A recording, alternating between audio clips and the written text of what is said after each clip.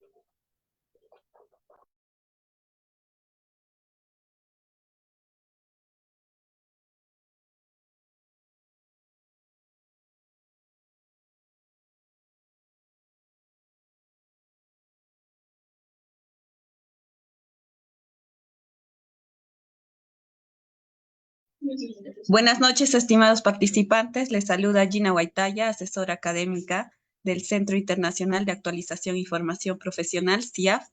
Agradezco la participación a cada uno de ustedes al curso de actualización, colocación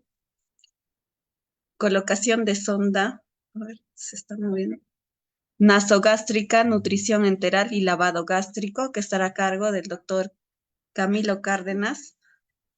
Para el buen desarrollo de la ponencia se recomienda mantener sus micrófonos y cámaras apagadas, a menos que el docente lo solicite, y para dudas y consultas al finalizar la ponencia. Buenas noches, doctor Camilo Cárdenas.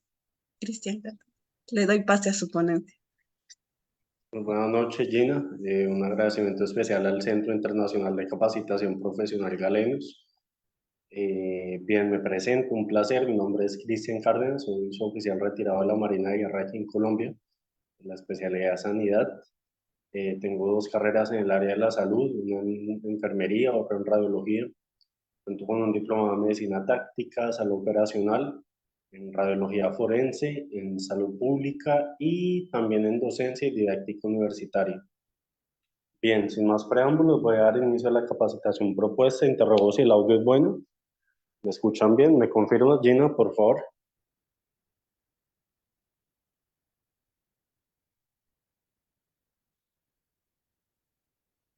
Bien.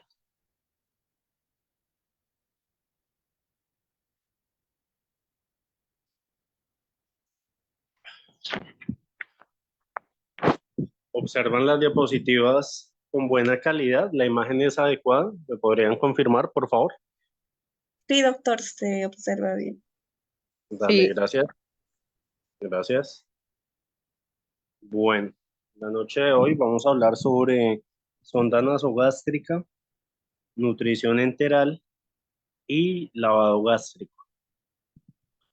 Decimos entonces que una sonda nasogástrica es un instrumento, un insumo de forma tubular, el cual tiene como fin introducirse por la vía nasal con dirección hacia el tubo digestivo, pasando por las fosas nasales, la faringe y el esófago.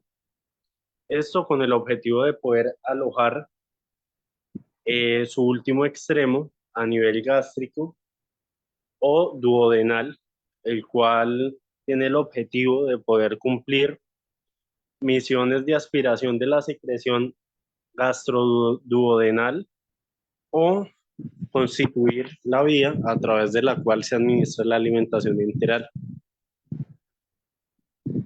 Decimos entonces que este tubo o catéter de material plástico o de goma se introduce en el estómago a través de la nariz con fines diversos como lo son tanto modo de diagnóstico como fines terapéuticos. La longitud o diámetro que este tiene es de aproximadamente unos 80 centímetros. Este es desechable, es de un solo uso y cuenta con una serie de marcas transversales a los 45 y 55 centímetros con el fin de poder guiarnos y saber lo que hemos introducido de sonda hasta el momento.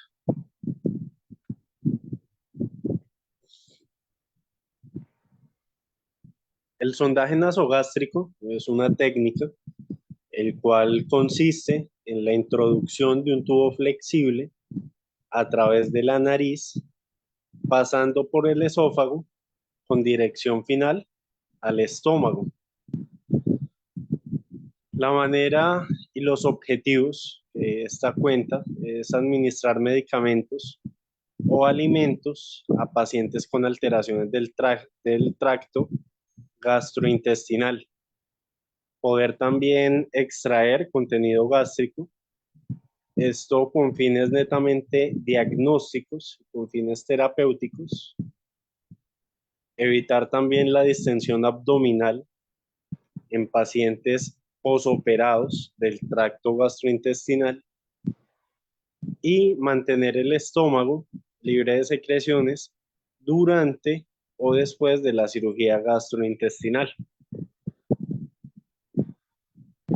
Decimos en ese orden de ideas que nos sirve para poder administrar medicamentos o alimentos, extraer contenido gástrico, evitar distensión abdominal, mantener el estómago libre de secreciones, poder administrar la nutrición enteral, realizar también descompresión estomacal y, por supuesto, fundamental para realizar un adecuado lavado gástrico.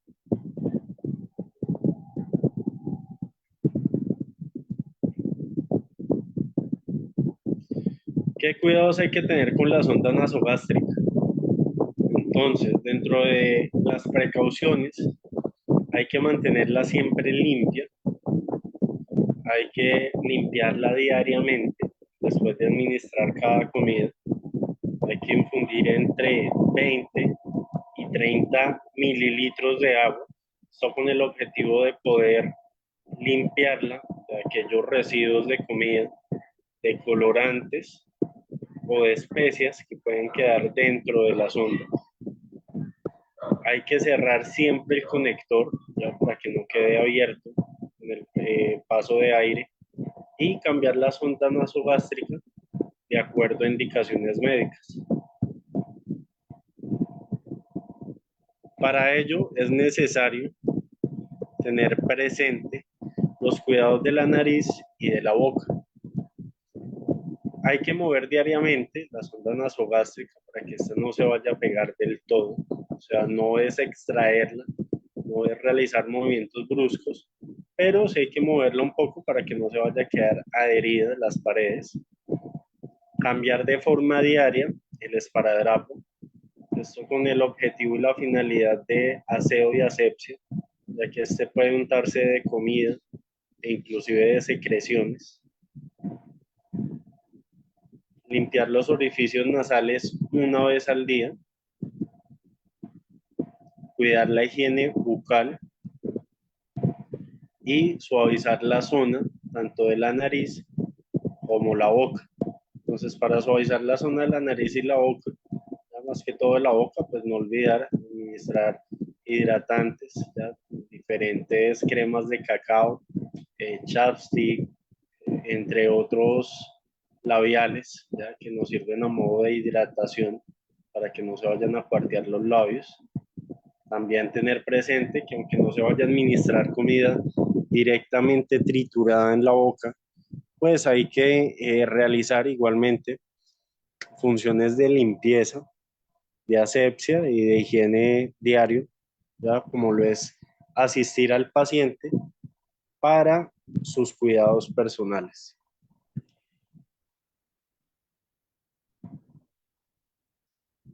En la administración de medicamentos hay que tener presente de no mezclar la alimentación con los medicamentos. Entonces, cuando se administran medicamentos por horario, es netamente medicamentos. Cuando se van a administrar alimentos, es netamente alimentación. ¿Listo? Los medicamentos siempre tienen que cumplir un horario. Hay que tener entonces presente que aunque sean administrados de esta manera, el cuerpo tiene un lapso y tiene un tiempo, ya una etapa de cubrimiento de alto espectro con cada uno de los medicamentos. Entonces el tema de posponer una hora, ya, o pasarse o administrarla una hora antes es no cumplir el espacio, ya, que estaba proyectado para el cubrimiento del medicamento, ya, y se puede alterar todo el paso a paso, ya toda la disciplina y el orden y la organización de dicho tratamiento por no cumplir el horario. Solo se utilizan medicamentos líquidos, ¿ya? Entonces no hay que administrar pastas, ¿ya? Si en algún momento se tiene que administrar, que puede pasar, ¿ya? Porque he trabajado en hospitales públicos, y a veces cuando no hay la presentación de X medicamento en líquido, en suspensión, pues lo que hay que hacer es triturarlo, ¿ya? Diluirlo con un porcentaje de solución salina y administrarlo, ¿ya? Pero este se tiene que triturar de una forma adecuada, que no queden gránulos, que quede totalmente la solución líquida. Y importante, aspirar el contenido gástrico. Aquí podemos observar una imagen donde hay un niño con una sonda nasogástrica, tiene conectada una jeringa de alimentación, se le está administrando agua. El agua fluye al interior de la sonda nasogástrica y llega al espacio gastrointestinal. También hay que tener presente entonces que con los niños, los ancianos y personas que sufren de ansiedad, ya pues hay que hablar con ellos, darles a conocer la importancia de tener esta sonda incómoda fuera de su cuerpo, ya que no hay que alarla, ya no hay por ningún motivo de querer sacarla de una forma brusca, pues que estaríamos produciendo daño. Entonces hay que darle también mucha educación al paciente, ponerlo en contexto y hacer un análisis y un acompañamiento constante con el médico. En cuanto a los niños, lo más indicado pues es movilizar las manos, que ellos difícilmente pueden comprender y colaboran con la sonda nasogástrica. Materiales y equipo. Decimos entonces que es importante y básico tener una sonda nasogástrica dependiendo el calibre del paciente, dependiendo si es un niño, si es un adulto, si es un adolescente. Realizar dicho procedimiento con guantes estériles. Tener entonces presente que los guantes estériles vienen libres de microorganismos. Son guantes indicados para realizar procedimientos dentro del cuerpo, motivo pues por el cual hay que seguir una serie de parámetros y de reglas para no llegar a contaminarlos, puesto que estos suelen ser procedimientos invasivos, ya que se está introduciendo un cuerpo extraño dentro del cuerpo.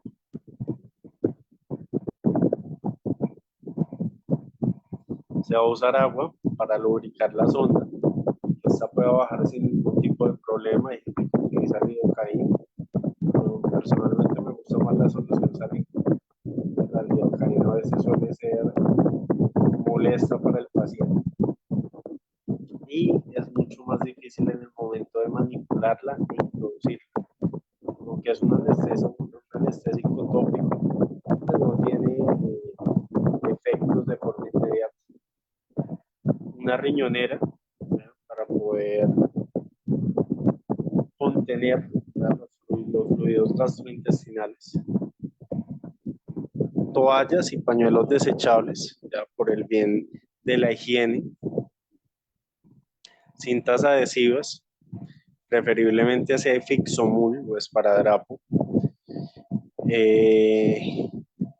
Puesto que el Fixomul pues, es un material mucho más fino, tiene un nivel de adherencia bastante bueno y no irrita la piel en comparación con el esparadrapo.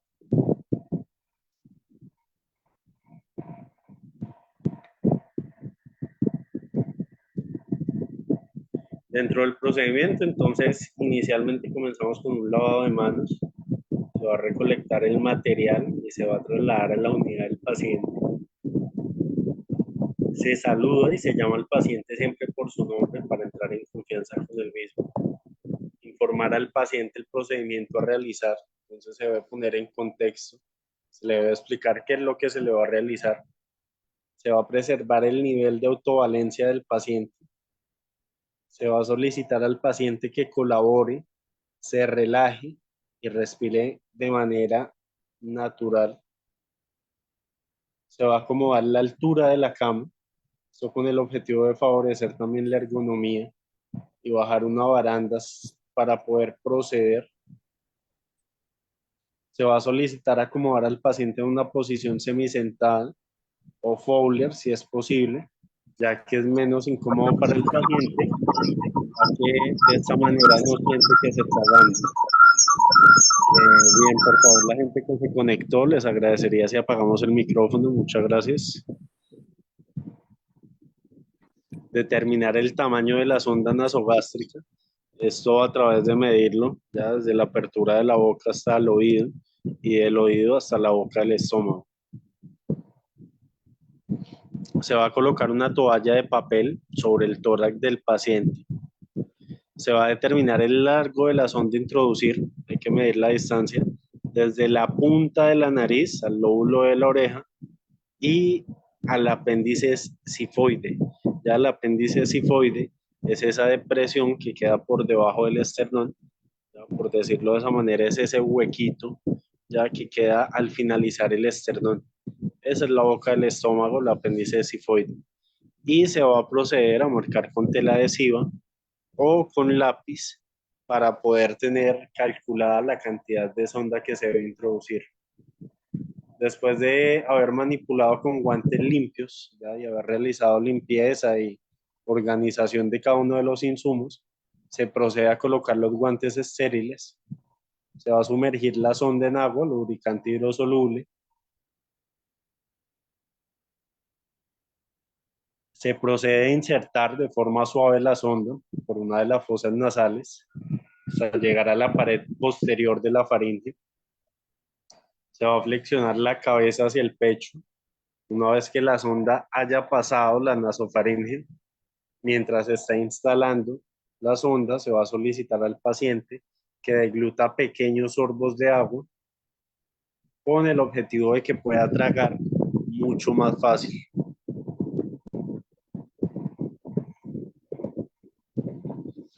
Se va a explicar siempre que tiene que respirar por la boca y deglutir. Se va a introducir la sonda hasta la marca.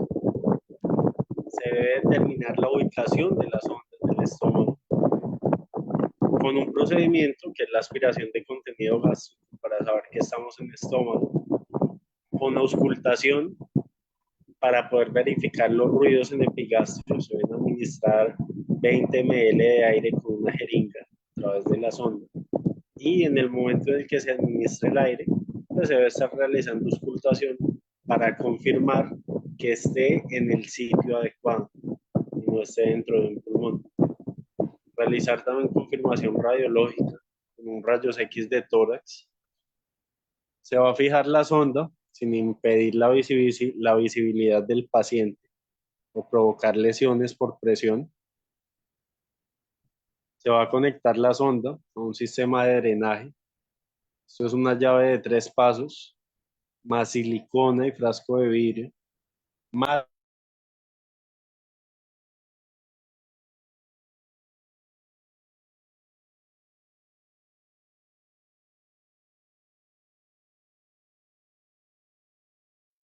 Doctor, no se le escucha.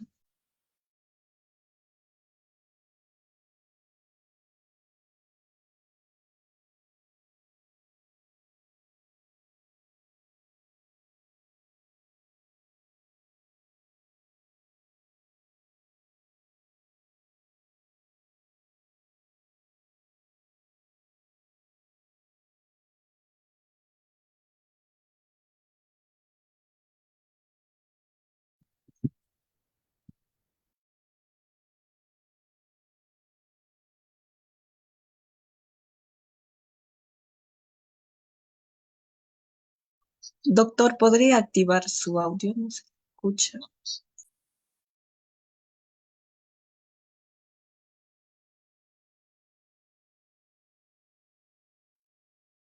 Ok, perfecto. Listo, ¿ya me escuchas? ¿El audio es adecuado? Ahora sí, doctor. Dale, perfecto, gracias. Bien. Se debe conectar la sonda a un sistema de drenaje de llave de 3 pasos, más silicona y frasco de vidrio, matraz o bolsa recolectora de orina, de alimentación o dejar pinzada según la indicación médica. Se debe dejar el paciente en una posición que sea cómoda y que sea segura para él mismo, para que no vaya a broncoaspirar. se debe educar al paciente y al familiar en el autocuidado de la sonda nasogástrica. Posteriormente, se va a retirar el material usado, se van a retirar los guantes y se procede a desecharlos. Se va a realizar el lavado de manos y se va a registrar en la nota de enfermería dicho procedimiento, ya con cada una de las normas de asepsia y bajo la indicación y orden médica. Para el retiro de la sonda nasogástrica se debe colocar el paciente en posición Fowler, se va a proceder a realizar un lavado de manos, se procede a pinzar la sonda, a quitar la fijación de la sonda, que es el esparadrapo o el fixomol. Se va a solicitar al paciente que haga una aspiración profunda y una aspiración lenta. Se va a retirar la sonda suavemente en el momento en el que está realizando la aspiración lenta, con un movimiento continuo y moderadamente rápido. No hay que forzar la salida de la sonda. Se va a efectuar higiene en las fosas nasales y boca, posteriormente al retiro de la sonda nasogástrica, y se va a registrar la técnica en la hoja de enfermería, recoger el material y posteriormente también realizar lavado de manos. ¿Listo? Recordar la importancia del lavado de manos antes, durante y después del procedimiento. Dentro de las complicaciones, para colocar la sonda nasogástrica, podemos ver entonces todo lo que es la colocación en el árbol traqueobronquial, es decir, que no se iría al estómago, sino a los bronquios. La broncoaspiración, realizar una lesión traumática en las fosas nasales, faringe y estómago. La rotura de las varices esofágicas, entre otros. Recomendaciones. Entonces, importante, instalar la sonda nasogástrica solo bajo indicación médica. Instalarla si el paciente presenta algún tipo de sutura a nivel gástrico, paciente con gastrectomía total o subtotal, suturas de úlceras. La necesidad de esta reinstalación en este tipo de casos es de resorte médico. Una previa instalación se va a evaluar en la indemnidad de las fosas nasales. Se va a realizar un aseo en cada cavidad nasal antes del procedimiento. Se va a evaluar la saturación de los pacientes, si es necesario, para ver que no haya disnea o dificultad respiratoria.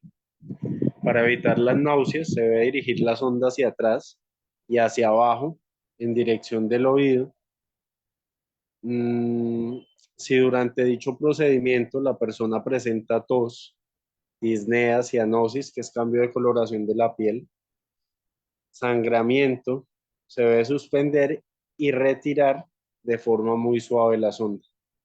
Se recomienda no forzar la sonda cuando se encuentre resistencia o el paciente sienta náuseas.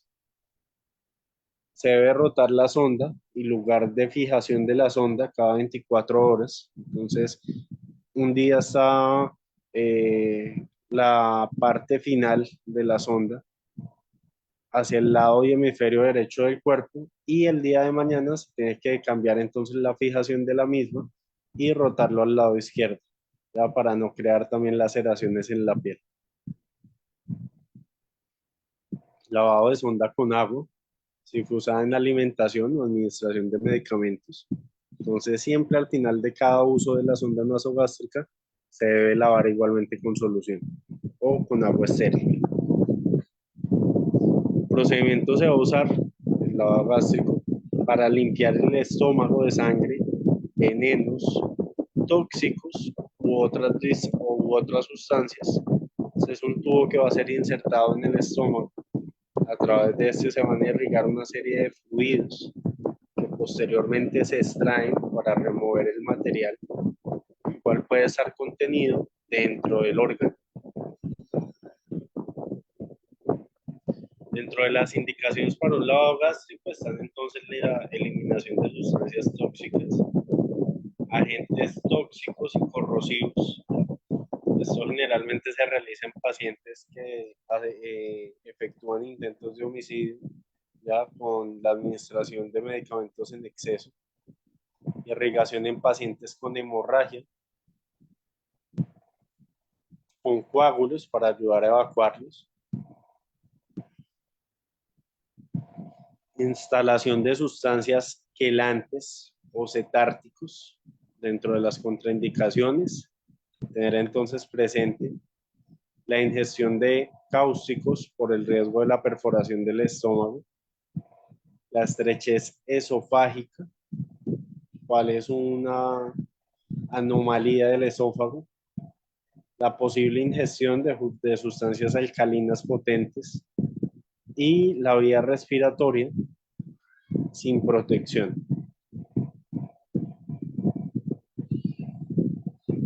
Para la ingestión de hidrocarburos por el riesgo de aspiración y neumonitis química, pacientes que han ingerido cuerpos extraños grandes, afilados o paquetes de alcaloides, pacientes con riesgo de hemorragia o perforación gástrica a raíz de una serie de enfermedades u operaciones recientes.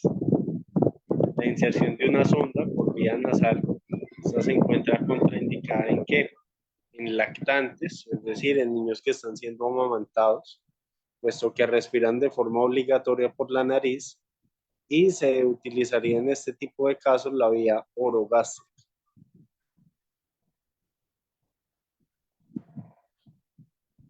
Se encuentra otra serie contraindicada en presencia de traumatismo craneal, lesión maxilofacial o fractura anterior del cráneo.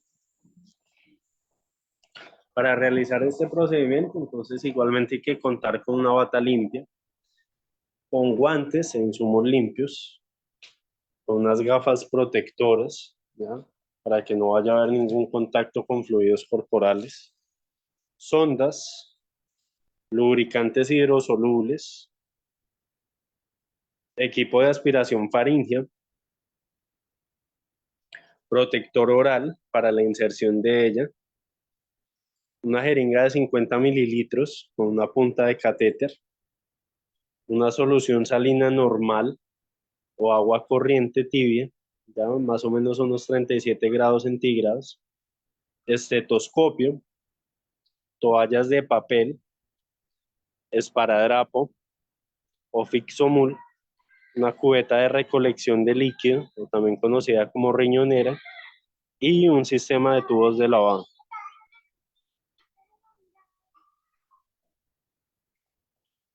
Las sondas disponibles que se van a encontrar en el mercado es la sonda de Levin, la cual es un tubo de luz única en PVC, cuyos calibres son de 8, 10, 12, 14, 16 y 18.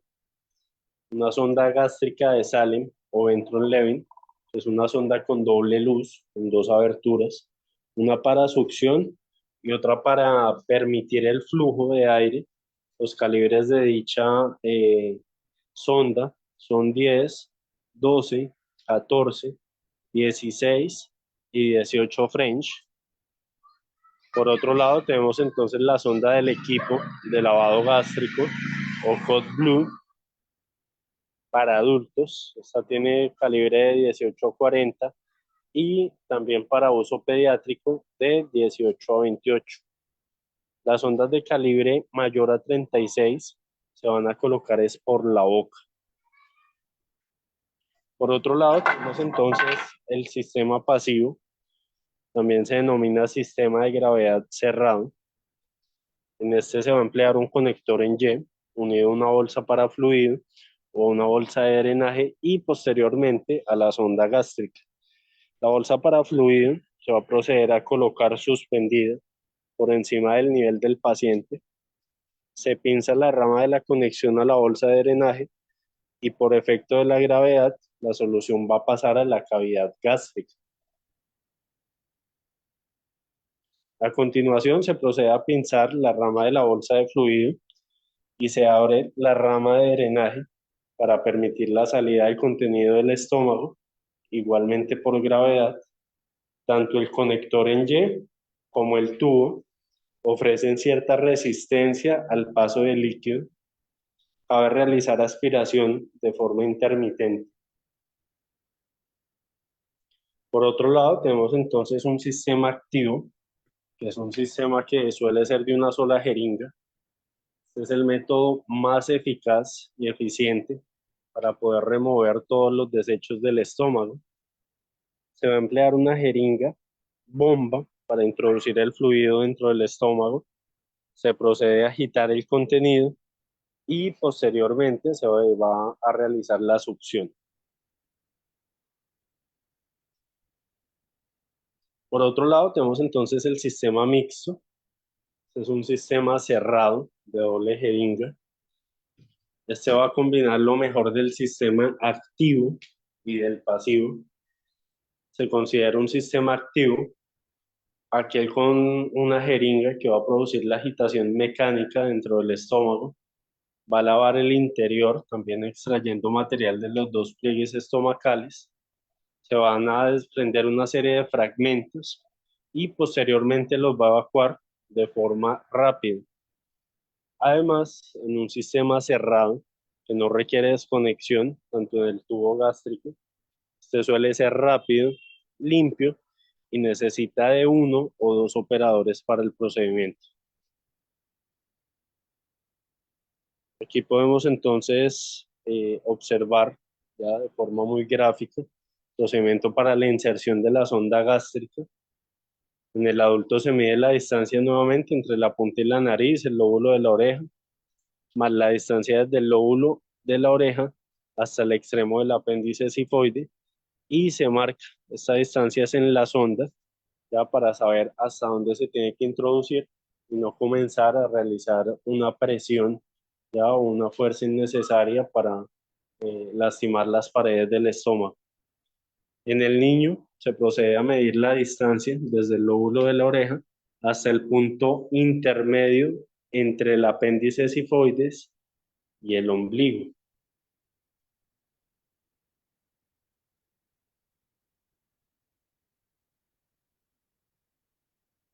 Por otro lado, tenemos entonces que este examen de la nariz para seleccionar la fosa nasal permeable, se debe lubricar la punta de la sonda, se debe colocar de la cabeza del paciente en una posición que sea neutra, se va a insertar la sonda a través del orificio nasal entre un ángulo de 60-90 respecto al plano de la cara.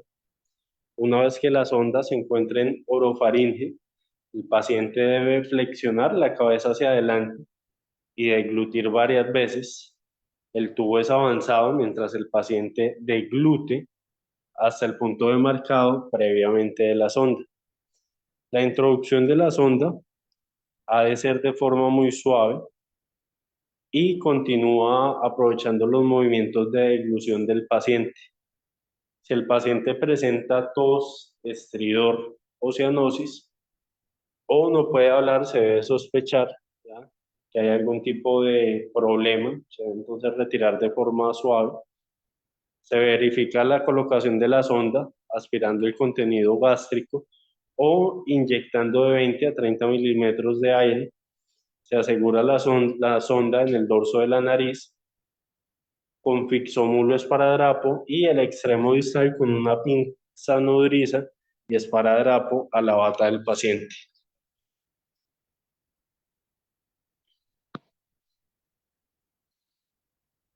Bien.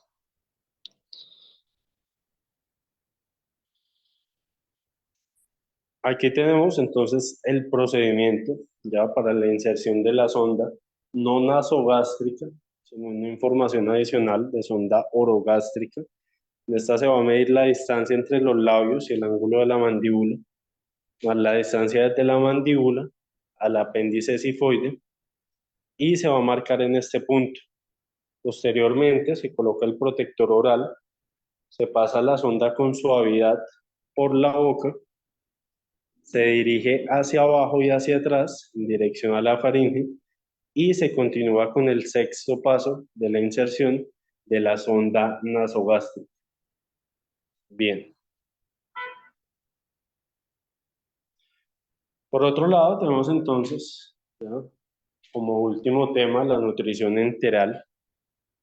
Tener en cuenta entonces que esta valoración nutricional es a modo de decisión de iniciar un soporte nutricional de forma especializada con la elección del soporte nutricional.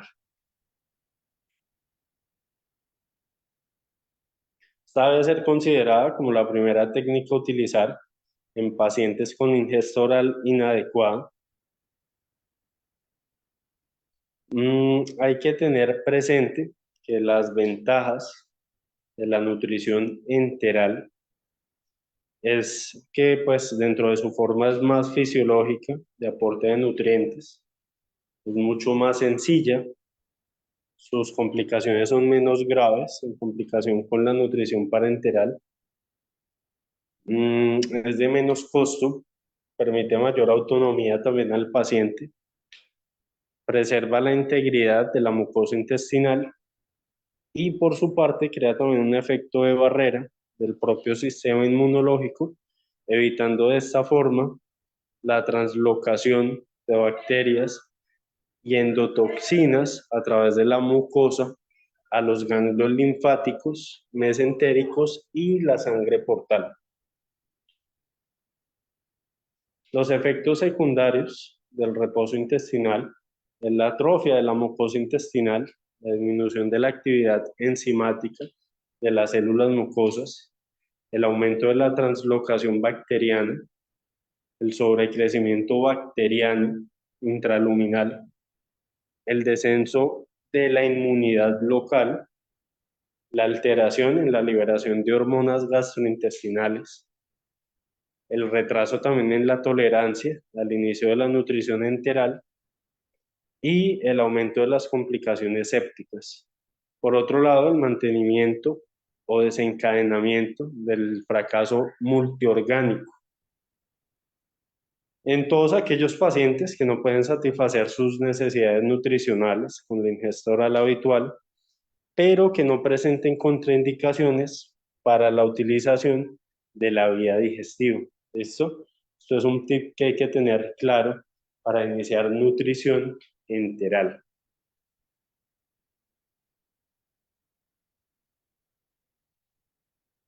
¿Qué contraindicaciones absolutas hay para la nutrición enteral?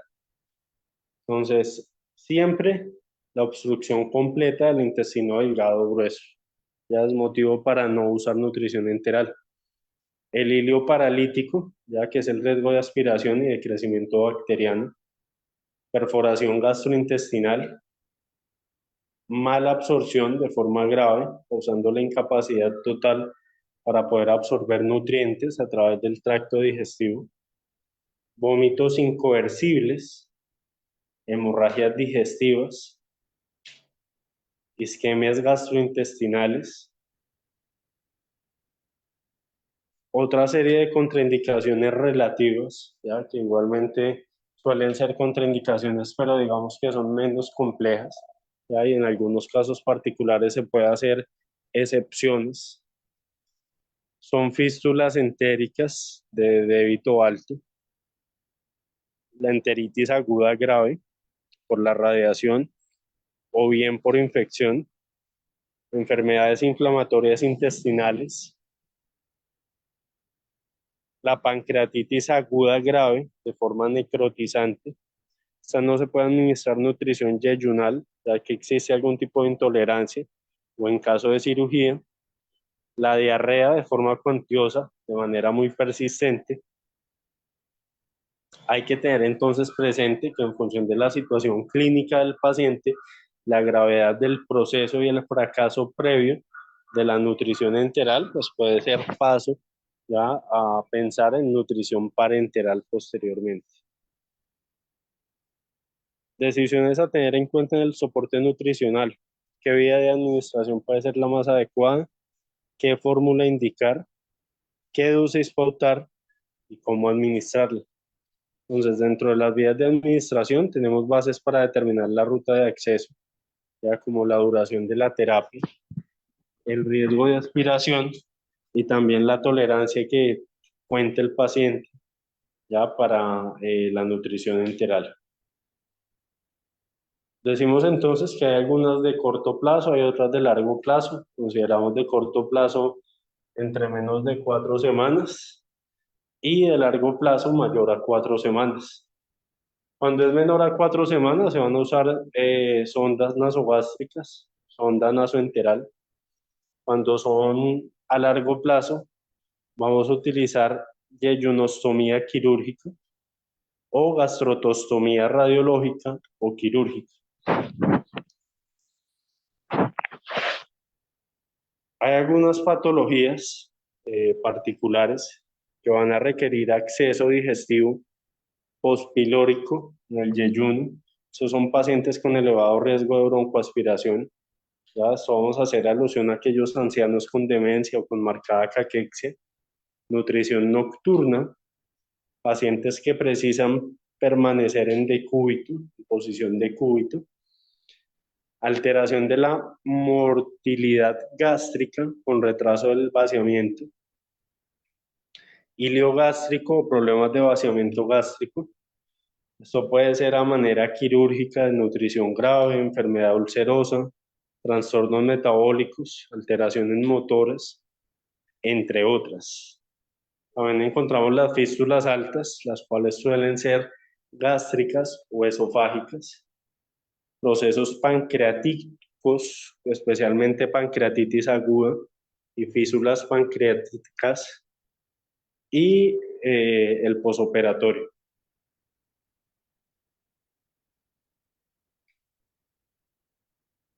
Ventajas e inconvenientes de la sonda nasogástrica. Entonces es adecuada en alimentación enteral a corto plazo, en pacientes conscientes y con estómago funcional. ¿Listo? Ventajas: el emplazamiento es más natural que el intestino. Hay menos riesgo de infección. La alimentación intermitente se tolera mejor en el estómago. Inconvenientes: que no sirve para largo plazo. Es incómoda y también antiestética.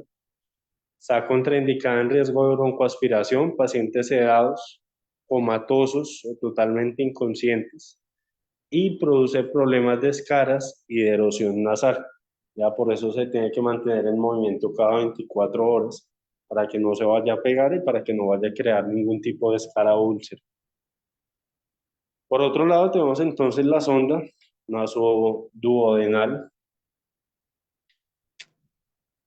En esta se encuentra la alimentación enteral a corto plazo en patologías que requieren pasar al píloro. Dentro de sus ventajas se va a evitar reflujo y se minimiza el riesgo de aspiración, así como la incidencia de desintubaciones involuntarias o voluntarias. Va a permitir la alimentación en el post y en el preoperatorio de la cirugía gástrica. Y dentro de los inconvenientes es que no sirve a largo plazo, es muy incómoda y antiestética también. Es más fácil de colocar y de mantener en el intestino y se requiere unos cuidados mucho más complejos. Gastrototomía. Decimos entonces que la gastrototomía es la implantación directa en el estómago de una sonda de silicona que se fija a este y que sale al exterior a través de la pared del mismo. Este se implanta por un procedimiento relativamente sencillo que solo requiere anestesia local y sedación, y la intervención va a durar entre 15 y 30 minutos. ¿Qué indicaciones tiene? Entonces, en nutrición enteral a largo plazo, mayor a 6 semanas en pacientes con trastornos de la deglución secundarios a problemas neurológicos, sea de cabeza, entonces cáncer de cabeza y cuello. También puede ser útil como descompresión gástrica, entonces pueden ser muy buenas opciones, pueden ser pacientes candidatos para este tipo de procedimientos. Dentro de sus ventajas es que es más cómoda y estética para el paciente, tiene menos riesgo de aspiración, tiene menos riesgo de desintubación también involuntaria, tiene un manejo muy sencillo. Dentro de sus inconvenientes está contraindicada en pacientes con ascitis masiva, fístula, diálisis peritoneal, obesidad mórbida, trastornos de la coagulación, obstrucción esofágica, y va a haber un riesgo de aspiración en pacientes debilitados o con reflujo gástrico. La gastrotomía quirúrgica conlleva el riesgo derivado de la propia intervención. Por otro lado, tenemos entonces la yeyunostomía endoscópica percutánea o implementación quirúrgica de una sonda en el yeyuno. Dentro de las indicaciones de esta está la alimentación a largo plazo en pacientes con alto riesgo de aspiración o con el tracto gastrointestinal comprometido por encima del yeyuno. También puede utilizarse para la alimentación a corto plazo, las cirugías del tracto gastrointestinal. Yeyunostomía. Entonces, ventajas: menor riesgo de aspiración, mayor comodidad. Inconvenientes: contraindicado en pacientes con obstrucción intestinal, ascitis masiva, fístulas digestivas altas, diálisis peritoneal, obesidad mórbida, mayor riesgo de obstrucción de la sonda, debido a que el calibre de esta es muy pequeño. El desalojo del catéter quirúrgico puede conducir ya también a una peritonitis. Las sondas nasoenterales, por su parte, tienen el material compuesto por poliuretano. Dentro de su calibre se usan sondas que van de 8 a 14. La longitud depende del tramo ya que se quiera alcanzar. La mayoría siempre miden entre 100 y 120 centímetros y son aptas para alcanzar el estómago y el duodeno. Decisiones a tener en cuenta en el soporte nutricional: clasificación, ya tanto de fórmulas como de suplementos. Hay que tener presente que de acuerdo a las necesidades del paciente, a los nutrientes necesarios o esenciales, se puede sustituir totalmente la ingesta diaria de nutrientes, asegurando la nutrición adecuada del paciente. Estas fórmulas pueden administrarse por sonda o también por vía oral, o se pueden realizar de forma mixta también con el uso de suplementos que van a ayudar a ajustar la dieta oral para conseguir una ingesta mucho más propicia, más adecuada, que permite mantener un estado nutricional óptimo. Pueden ser completos o no, dependiendo de si aportan todos los nutrientes. Dentro de la clasificación, entonces vamos a tener en cuenta el tamaño molecular en poliméricas, que son nutrientes intactos, en oligoméricas, que son nutrientes predigeridos, y en elementales, que son aminoácidos libres. Dentro de la clasificación, entonces, tener en cuenta la densidad calórica, ya lo que se está buscando. Ya si estamos buscando isocalóricas, hipocalóricas, ¿no?, que son bajas en calorías, e hipercalóricas, que son altas en calorías. Dentro de los nutrientes específicos, vamos a encontrar entonces la glutamina. Son fórmulas oligoméricas, ya con una mala absorción, con fórmulas de personas que también sufren o padecen diabetes. Micronutrientes antioxidantes, entre otros. Tener entonces presente, ya, que en las fórmulas poliméricas los nutrientes se encuentran en su forma completa y requieren una digestión química antes de ser absorbidos en pacientes con buena capacidad digestiva y absorbida.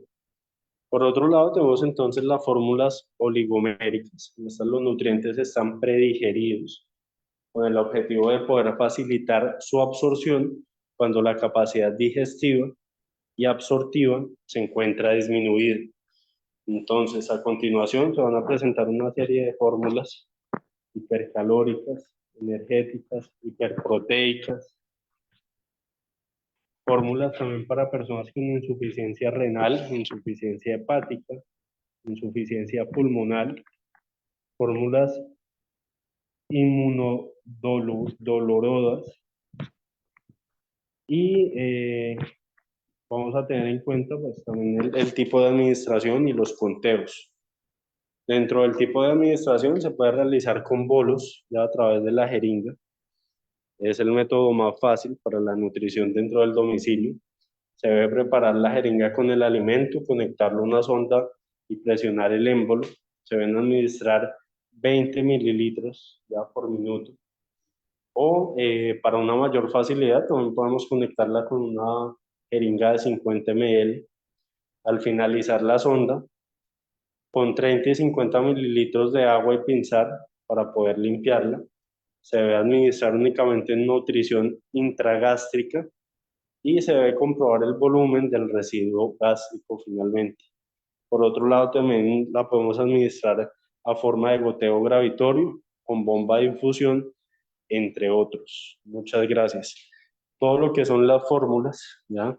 Para las enfermedades anteriormente descritas, ya personas diabéticas con enfermedades hepáticas, enfermedades renales, diabetes, ya vienen totalmente explicadas dentro de estas diapositivas y material, entonces no duden en escribirle a la persona de la institución con que ustedes hicieron contacto, ya se comunicaron de forma directa para que les envíe ya el material de forma directa y la certificación, ¿vale? Me gustaría explicar todo el tema por completo, ya en cuanto al uso de las fórmulas, pero pues ustedes entenderán que el tiempo es muy limitado, ¿vale? Entonces, se les va a compartir ya todo este material por los diferentes canales de comunicación. Dudas, preguntas, inquietudes.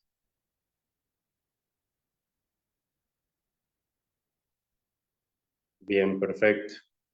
Bueno, no siendo más, les agradezco por su tiempo en la noche de hoy. Dios los bendiga. Les envío un abrazo desde su país hermano, desde Colombia, el país del mejor café, deseándoles una excelente noche, buen viento y buena mar.